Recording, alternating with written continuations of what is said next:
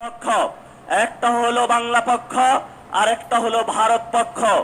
আপনারা যদি ভারত পক্ষে গিয়ে থাকেন, বাংলা পক্ষের সাথে আপনাদের কঠিন লড়াই হবে এবং এই লড়াই যদি আপনাদের আবারই পতন হয়, তাহলে সেই পতনে আমাদের কোনো কিছু করার থাকবে না, কারণ আপনার পতন আপনি নিশ্চিত করছেন। এখন ওরা আমাদেরকে বারবার বলে যে ছোট ছোট পোলাপাইন তাদেরকে নাকি ধমক দিয়ে কথা বলে, এই ধরনের অভ্যাস শেখ হাসিনার ছিল।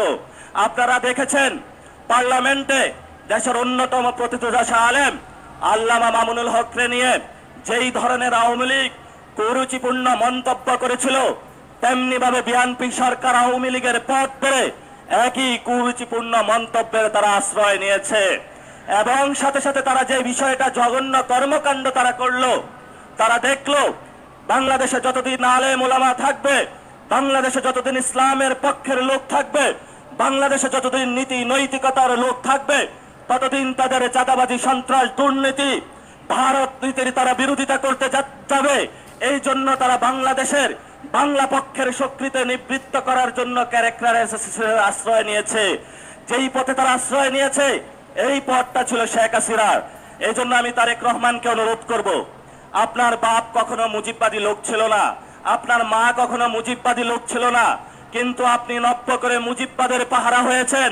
এই মুজিববাদের পাহারাদার হয়ে যদি বাংলাদেশের জনগণের সামনে আপনি দাঁড়ান, আমরা যারা মুজিববাদের দোষর তাদের সাথে এক সেকেন্ডের জন্য তাদের প্রতি আমরা আঘাতে পরোয়া করব না, ইনশাআল্লাহ। প্রিয় সালাউদ্দিন ভাই, আপনি আজকে বললেন আওয়ামী লীগ নাকি একটা মাফিয়া গোষ্ঠী। আপনার ঘরে যে আসালামের মতন একটা মাফিয়া গোষ্ঠী লুকিয়ে রেখে আওয়ামী লীগকে মাফিয়া গোষ্ঠী বলেন, আপনার ঘরে আসালামকে লুকিয়ে রেখে আপনি বেনজিরকে ধরতে যান, এই ধরনের ভণ্ডামি জাতির সামনে প্রকাশিত হয়ে পড়েছে এবং আপনি সংবিধানের আশ্রয় নিয়ে বাংলাদেশের জনগণকে বোকা বানানোর যে প্রচেষ্টা নিয়েছিলেন, সেটা আমরা হাতে কলমে দেখিয়েছি যে আপনি আবু জাহেলের মতন সংবিধানের আশ্রয় নিয়ে বাংলাদেশের মুক্তিকামী জনতার যে ঐতিহাসিক লড়াই, সে লড়াইকে আপনি অস্বীকার করেছেন। মাননীয় অর্থমন্ত্রী, আপনি বাংলাদেশের সামনে, জনগণের সামনে যে বাজেট দিয়েছিলেন, সেই বাজেটের মধ্যে আমার খেটে খাওয়া শ্রমিকের কোনো অধিকার আমি বুঝে পাইনি। আমার তরুণ শ্রমিক যারা রয়েছে তাদের কোনো কর্মসংস্থানের আমরা কোনো সুযোগ পাইনি। আপনারা যে বাজেট দিয়েছেন, সেই বাজেটের মধ্যে আমাদের নারীদের জন্য কোনো আমরা অধিকার পাইনি।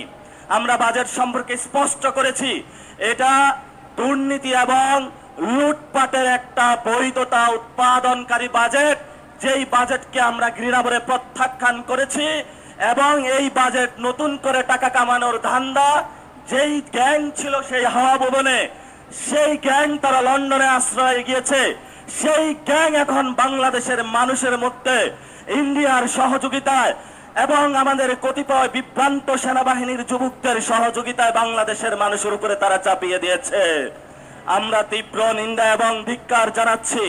আপনারা যদি এই পথে টিপ টিপ করে পা বাড়াতে থাকেন, তাহলে আমরাও আপনাদের কিভাবে চাবিকাঠি নাড়া দিতে হয় এটা আমরা ভালো করে আপনাদের চোখের সামনে আঙ্গুল দেখিয়ে দিয়েছি।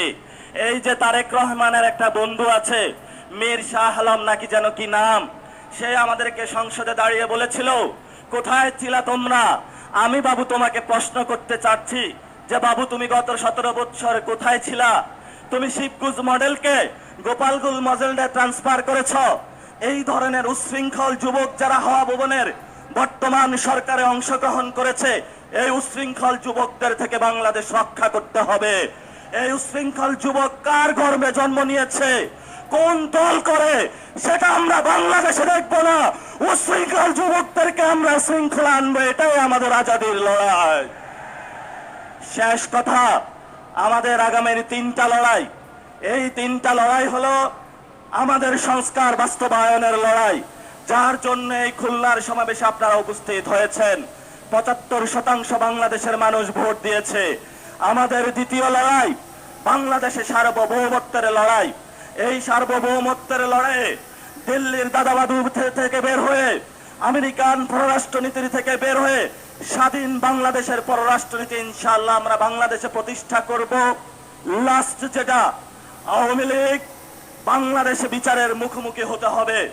যদি আওয়ামী লীগ বাংলাদেশে বিচারের মুখোমুখি না হয়, তাহলে আমাদের সামনে আরো অসংখ্য যুবক আর অসংখ্য নারী, অসংখ্য হিন্দু, অসংখ্য আলেম ওলামা আমাদের ভবিষ্যতে তাদের হলো পবিত্র এই রাজপথে তাদের রাজপথ রঞ্জিত হবে। আমরা আশা করব সরকার আমাদের কথাগুলো তারা কানে না দিবে।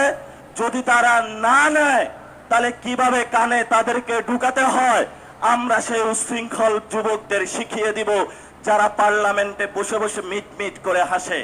প্রিয় খুলনাবাসী, আপনারা জানেন এই খুলনায় কেডিআইতে দলীয় লোক বসানো হয়েছে, এই খুলনাতে সিটি কর্পোরেশনে দলীয় লোক বসানো হয়েছে, এই খুলনাতে জেলা প্রশাসনে লোক বসানো হয়েছে দলীয় লোক, এমনকি বিসিবিত লোক বসানো হয়েছে।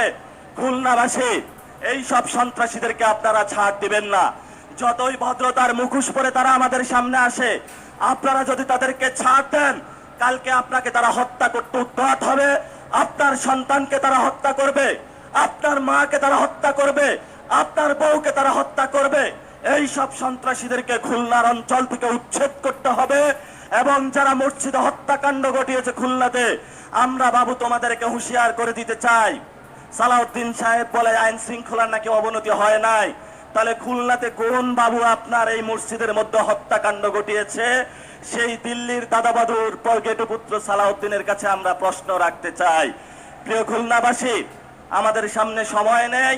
রাজপথে আমরা বিরোধী দলীয় নেতা যিনি আছেন, আমাদের 11 দলীয় নেতৃবৃন্দ, আমরা মনে করি এখনো ওনারা ঠিক পথে আছেন। মিটিমিটি করে পা করে আমরা সামনে এগুচ্ছি। ওনাদের নেতৃত্বে আপনারা শক্ত অবিচল এবং আপনাদের জায়গা থেকে শক্ত অবস্থান বজায় রাখবেন। দলীয়ের মধ্যে বিভিন্ন সাঙ্গপাঙ্গ অ্যাসাসিনিস্ট ঘুরে ঘুরে তারা আমাদেরকে বিভ্রান্ত করার প্রচেষ্টা চালাবে, বলবে তুমি ইসলাম করো, তুমি কেন এখানে হলো যে ইসলামিক জোট না জামাতে ইসলামে আছো, বলবে তুমি সেকুলার দল, তুমি কেন ইসলামিক জোটে আছো। এই ধরনের বিভ্রান্তি করার অপচেষ্টা তারা চালাবে। এগুলাতে কান দিবেন না। আমাদের উপরে আছে আল্লাহ, আর জমিনে আছে আমাদের বাংলার মাটি। এই দুইটা ধরে ইনশাআল্লাহ আমরা এগিয়ে যাব। খুলনাবাসী ধন্যবাদ, সবাইকে আসসালাম, ভালো থাকবেন। ইনকিলাব জিন্দাবাদ, বাংলাদেশ জিন্দাবাদ, জাতীয় নাগরিক পার্টি জিন্দাবাদ।